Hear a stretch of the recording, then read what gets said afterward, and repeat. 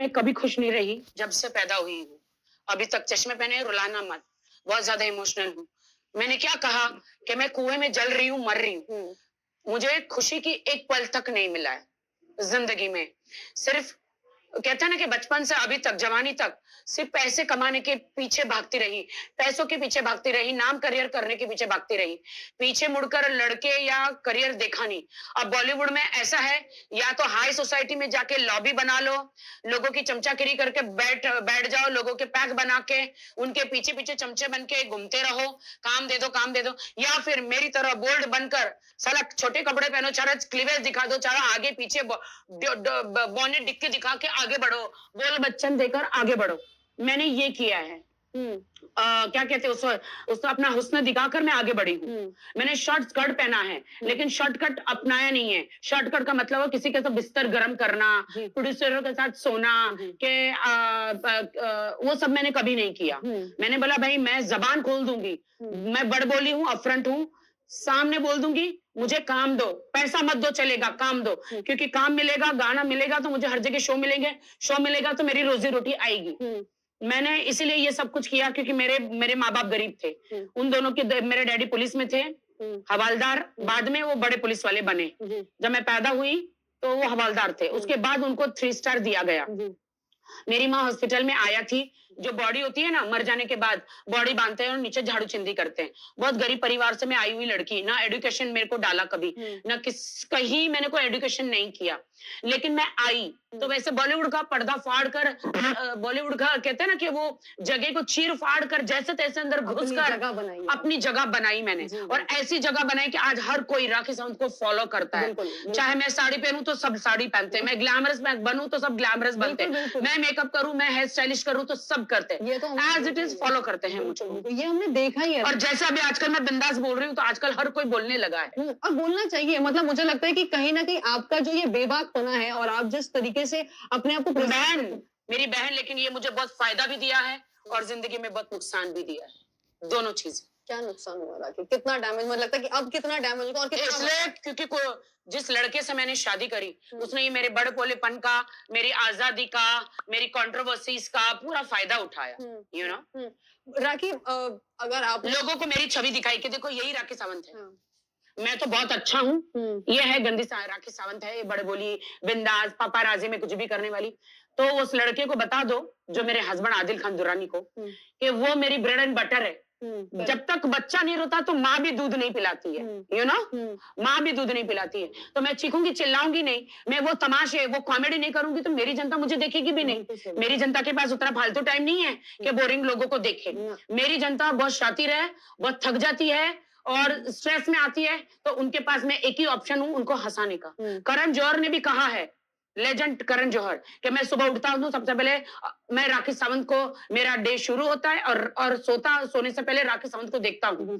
हर लड़कियां कहते हैं कि आप हमारी यू नो रोल मॉडल है। जी राखी, एलिगेशंस की बात करें, मतलब कुछ एलिगेशन उन्होंने लगाए हैं विच इज लाइक वेरी, अगर इन इन बातों पे बेबी मैं कहूंगी कि मैं एक मेमना हूँ और सारे भेड़िए, ये सब भेड़िए हैं। मेरे हस्बैंड ने मेरे सारे भेड़ियों को जमा किया है और उन भेड़िए इस मेमने को, छोटे से मेमने को खाना चाहते, चिर चिर फाड़ना चाहते।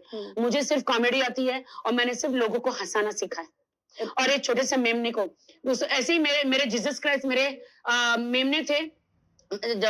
और वहां पे शैतान ने सबको भड़काया और मेरे जीसस क्राइस्ट को क्रूसिफाइड कर दिया, भड़का के मेरे जीसस क्रूसिफाइड हो गए। वो एकदम सीधे साधारण, उन्होंने तो कोई पाप भी नहीं किया था। तो परमेश्वर ने कहा कि मैंने दुख भोगा है राखी, तो तुम्हें भी संसार में दुख भोगना होगा। आपके जो दोस्त हैं, कहीं ना कहीं ऐसा दिखा है पीछे रिसेंट प्रेस कॉन्फ्रेंस में कि दोस्त दुश्मन बने। ये भेड़िए है, भेड़िए जी, मौका परस्ती जिसे कहेंगे हम दोस्ती में। मतलब आप सोचिए ना कि मैं इतनी बदकिस्मत हूँ, भाई बोल रही हैं, बहन बोल रही हैं, आप लोगों से रिश्ते निभा रही हैं, और जब आपके रिश्ते निभा रही हैं, आज मैं टूट चुकी हूँ। मेरा संसार में कोई नहीं है, मेरा संसार में कोई नहीं है। आज मुझे अंदर से टूट चुकी हूँ। किसे भाई बोलूं, किसे बहन बोलूं, किसे दोस्त बोलूं, किसे पति बोलूं, किसे बॉयफ्रेंड बोलूं, कोई नहीं है मेरा। अब तो मुझे शक है कि मैं मर जाऊंगी तो कोई कांधा देने आएगा कि भी नहीं, और ये सब मुझे मार डालेंगे मिलके, ये सब ये भेड़िए मिलके मुझे मार डालेंगे। लेकिन लेकिन मारने वाले से बड़ा बताने वाला। बचाने वाला है जिसने मुझे जन्म दिया है। यही पे है सब कुछ। आप देखना 8 साल की दोस्त थी जिस बहन से और माँ से ज्यादा माना था, जिसकी गोद में सर रखकर सोती थी, जिसके हाथ से खाना खाती थी, उसी ने वो खंजर लेके मुझे मार दिया, मेरे पति को छीन लिया। जो उनके साथ है अभी, आदिल दुरानी के साथ। जी, सबको आदिल दुरानी मेरे हस्बैंड ने सबको अलग कर दिया। मतलब इतना जो स्टार्टिंग में दिख रहा था कि सब अच्छा है, वो आपको सपोर्ट कर रहे हैं, आप उनके साथ हैं और आप खुश थी। मतलब बहुत समय के बाद राखी वो कैमरे के सामने मैं खुश थी।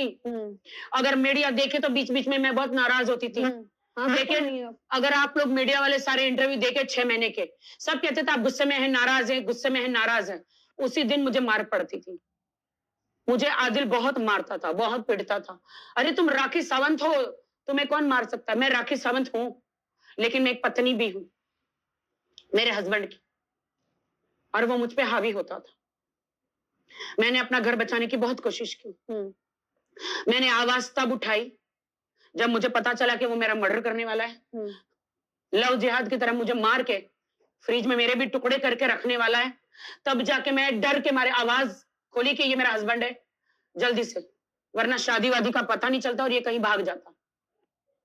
जब मैंने देखा कि कितनी लड़कियों का मर्डर हो रहा है, क्योंकि 1 साल हो गया ये वलीमा नहीं कर रहा था निकाह करके। मैंने बोला क्यों नहीं कर रहे हो, क्यों नहीं कर रहे हो, क्यों नहीं कर रहे हो? लेकिन जब वो मैसेजेस मेरे पास आए, जो मैं आपको सारे मैसेजेस प्लीज मेरे से ले लेना, जब इन्होंने अपनी ईरानी गर्लफ्रेंड, वो ईरानी गर्लफ्रेंड जिन्होंने 5 साल इसके साथ रही मेरे हस्बैंड के साथ, उसने रेप किया मेरे हस्बैंड ने उसके साथ 5 साल तक, जिसने मैसूर में केस किया, 6 महीने तक वो हस्बैंड मेरे आदिल खान दुर्रानी जेल में थे। अच्छा, उसके कारण। तो उस ईरानी लड़की को इसने मैसेज किया कि बीवी तो तू ही बनेगी, इसको राखी सावंत के साथ मैं टाइम पास कर रहा हूँ, मैं वो सीढ़ी बना रहा हूँ, मुझे बिग बॉस में जाना है, मुझे बड़े बड़े रियलिटी शो में जाना है, मैं राखी सावंत सिर्फ एक जरिया है बॉलीवुड में घुसने का, और मैं स्टार बन जाऊंगा और हम लोग बैंक में बहुत बड़ा लोन में पास करूंगा, इतना बड़ा, याद इंडिया छोड़ के पासपोर्ट हमेशा हमेशा के लिए इंडिया से बाहर भाग जाएंगे पैसा लेकर बैंक का। अच्छा, जैसे बहुत बड़े लोग भाग गए ना फ्रॉड करके, तो दुबई बस जाएंगे। ये सारा मैसेज है मेरे पास। और उन्होंने ये भी कहा कि बीवी, ईरानी लड़की को बोला बीवी तो तू है, राखी तो टाइम पास है। हालांकि मैं हिंदू लड़की और मुझे उन्होंने इस्लाम कबूल कराया, इसलिए आज मैं इस्लामिक कपड़े पहनी हूँ, क्योंकि मैं अभी उम्रा जाके आई हूँ। जी जी बिल्कुल। मैं उन मुसलमानों को पूछना चाहती हूँ कि मैं हिंदू लड़की, मेरा कसूर क्या था? मैंने इस्लाम कबूल किया मेरे शौहर के लिए, लेकिन आज उसने मुझे इस्लाम कबूल करा के जिंदगी भर के लिए छोड़ दिया। अब मैं क्या करूं, आप मुझे बताएं। मैं उम्रा जाके आई, अब मैं कहां जाऊं? कौन मेरा हाथ पकड़ेगा? अब मैं मुसलमान हो गई, अब कौन मेरा हाथ पकड़ेगा? कौन मुझसे शादी करेगा? मैं कहां जाऊं? इनफैक्ट अभी उन्होंने रिसेंटली ये बहुत ही एक, मैं कहूंगी कि मतलब एक बहुत ही डिमीनिंग बात कही है एक लड़की के लिए कि मल्टीपल शादियां करी आपने, ऐसा करा वैसा करा, और आपने उसको क्लैरिफाई भी बहुत अच्छे से करा है। एक मुसलमान आदमी जी और एक पति जी जो आपके साथ आपको इस्लाम कबूल कराता, आपके साथ निकाह करता, आप शादी के कुरान पे हाथ रख के जिन्हें मरने की कसम खाता है कि मैं मरते दम तक ना बिजनेस में धोखा दूंगा, ना तुम्हें कभी धोखा दूंगा। कुरान पाक, मतलब आप हाथ रख के कसम खाओगे, अगर झूठी कसम खाओगे तो आप फट के मर जाओगे, आप उसी वक्त मर जाओगे, क्योंकि अल्लाह की कसम खाना बहुत गलत बात है। उसने मुझे धोखा दिया। और कौन सा मुसलमान, कौन सा पति अपने पत्नी को मीडिया में नंगा करता है? कौन सा पति ये कहता है कि ये तो मां नहीं बन सकती, इसको यूट्रस नहीं है? कौन सा पति कहता है कि इसके 5 पति हो चुके हैं? कौन सा पति कहता है कि इसका बॉयफ्रेंड देखो बॉयफ्रेंड से चैटिंग कर रही है? कौन सा पति कहता है कि लानत है ऐसी मेरी पत्नी पे जो सबके साथ सोती है? कौन सा पति कहता, बताइए ना। मेरे पासवर्ड हैक कर लिए उसने, मेरा फोन हैक कर लिया, जिससे चैटिंग कर रही है, और वो दिखा रहा है कि बॉयफ्रेंड से बात कर रही है। और मैं, अल्लाह जानता है, जिसने मुझे उम्रा पे बुलाया, कि मैंने सारे रोजे ईमानदारी से किए हैं। मैं छाती ठोक के बोलती हूँ, क्योंकि माँ की तरफ से जीसस क्राइस्ट से मैं मिली और वो हमारे नबी है, तो हर मुसलमान को जीसस क्राइस्ट को मानना ही पड़ता है, वरना वो मुसलमान है ही नहीं।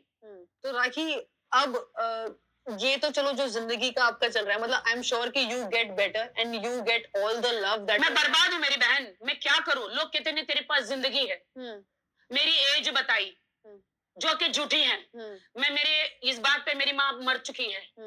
मेरी माँ का जब शादी का, मेरी माँ की 86 में शादी हुई, तो इन्होंने मेरे एज झूठी साबित कर दी। हम्म, जब हम छोटे छोटे थे तो मेरी माँ ने राशन जब गरीब होते ना तो राशन के लिए एज है ना बड़ी लिखवाई थी। यू नो मैं आज 37 हूं मैं, इन्होंने मेरी एज 50 गिनवाई है। अच्छा मैं 37 हूँ। मेरा एक बड़ा भाई है, एक बड़ी सिस्टर है, सबसे छोटी मैं हूँ।